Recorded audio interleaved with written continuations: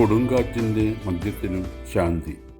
അപ്പോസ്തലപ്രവൃത്തികൾ 27-ാം അധ്യായം 1 മുതൽ 44 വരെ.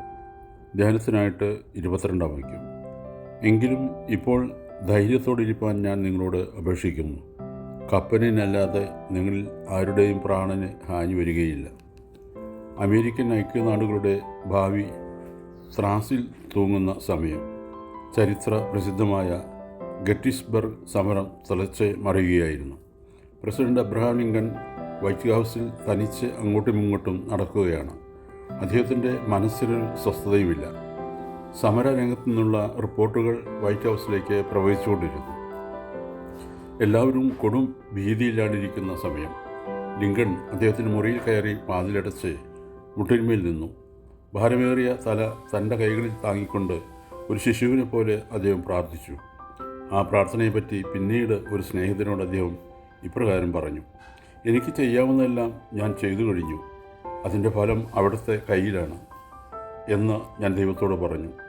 ഈ വിപത്തിൽ നിന്ന് രാജ്യം രക്ഷപ്പെടണമെങ്കിൽ അത് അവിടുത്തെ അഭീഷ്ടം കൊണ്ട് മാത്രമായിരിക്കണം എന്ന് ഞാൻ പറഞ്ഞു. ഉടനെ ഒരു വലിയ ഭാരം എൻ്റെ ചുമലിൽ നിന്ന് താഴെ വീണതുപോലെ എനിക്ക് തോന്നി. ഉത്കടമായ ഉത്കണ്ഠയിൽ നിന്ന് ഞാൻ വിമോചിതനായി. തൽസ്ഥാനത്ത് ഉറച്ചൊരു വിശ്വാസം എൻ്റെ ഉള്ളിൽ രൂഢമൂലമായി. പ്രതിസന്ധികളുടെ മധ്യത്തിൽ അവയോട് എതിർത്ത് നിൽക്കുവാനുള്ള ശക്തിയുടെ ഉറവിടം കണ്ടെത്തുകയും അതിൽ വിശ്വാസം ഉറപ്പിക്കുകയും ചെയ്യുന്നവർക്ക് മാത്രമേ അനന്യ സുലഭമായ ആശ്വാസവും ശാന്തിയും സിദ്ധിക്കൂ. പ്രക്ഷുബ്ധമായ സമുദ്രത്തോട് മനുഷ്യജീവിതത്തെ തുലനം ചെയ്യാം. വിവിധ തരത്തിലുള്ള പ്രതിസന്ധികളാവുന്ന കൊടുങ്കാറ്റുകൾ ഇടയ്ക്കിടെ ഉണ്ടാകും.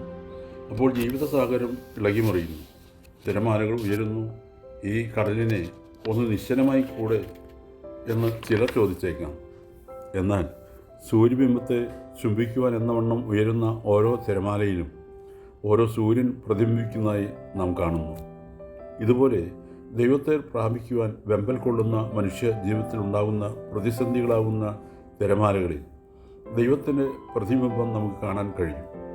അങ്ങനെ പ്രതിസന്ധികളാകുന്ന തിരമാലകളിൽ ദൈവത്തിൻ്റെ പ്രതിബിംബം ദർശിക്കുന്നവർക്ക് മാത്രമേ ജീവിതത്തിൽ ശാന്തി ലഭിക്കൂ.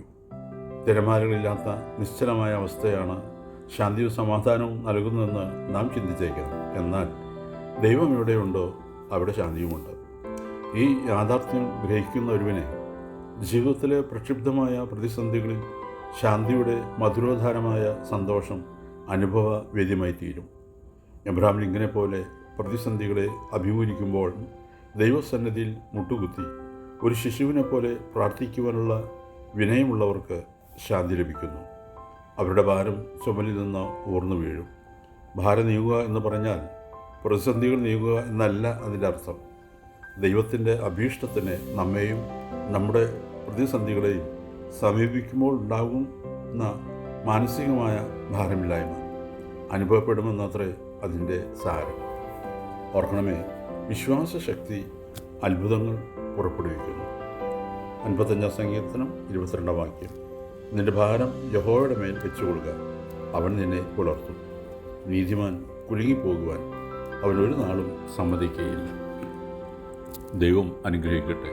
പ്രാർത്ഥനയോടെ കർത്തൃശുശ്രൂഷയിൽ എളിയ ദാസ്.